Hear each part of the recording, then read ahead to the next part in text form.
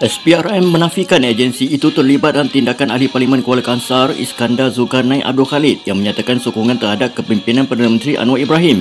Sebaliknya, Ketua Pesuruhjaya SPRM Azam Baki berkata dakwaan bahawa pihaknya cuba menakut-nakuti Ahli Parlimen PN itu supaya menyokong kerajaan bertujuan untuk mencemarkan nama baik agensi itu.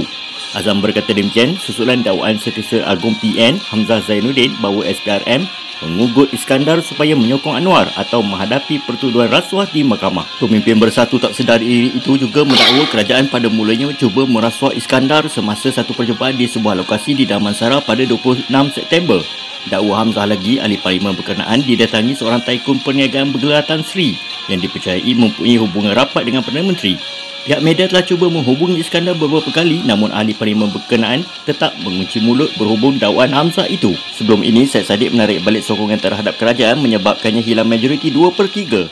Di sebalik berita gembira yang disahut oleh seluruh lapisan masyarakat di negara tercinta ini, hanya Syed Saddiq Syed Abdul Rahman sahaja yang berterusan mengkritik belanjawan 2024 sebagai membazir dan melupakan janji. Tuduhan Syed Saddiq berkenaan pembaziran dan belanjawan 2024 adalah berkenaan penukaran kereta Velfire kepada kereta elektrik EV melibatkan Jemaah Menteri.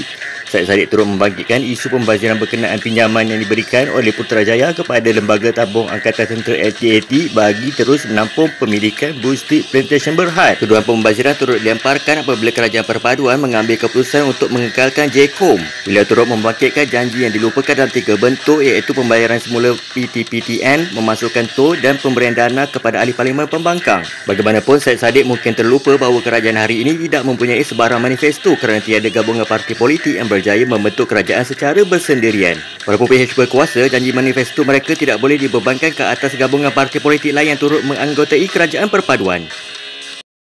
Sebuah gedung beli belah di Johor menerima ancaman bom oleh seorang pemanggil tanpa nama yang mendakwa berasal dari negara asing. Pemanggil didakwa memberi amaran supaya tidak menyokong Palestin dalam pertempuran terbaru dengan tentera Israel.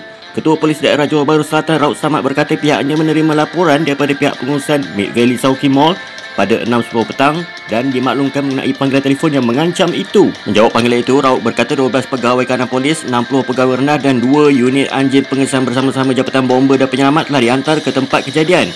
Beribu-ribu pembeli, pengusaha kedai serta tetamu olehan keketangan Hotel Senggil Sauki yang bersebelahan telah dipindahkan ketika pasukan pemusnah bom terus memeriksa kedua-dua kawasan termasuk tempat letak kereta.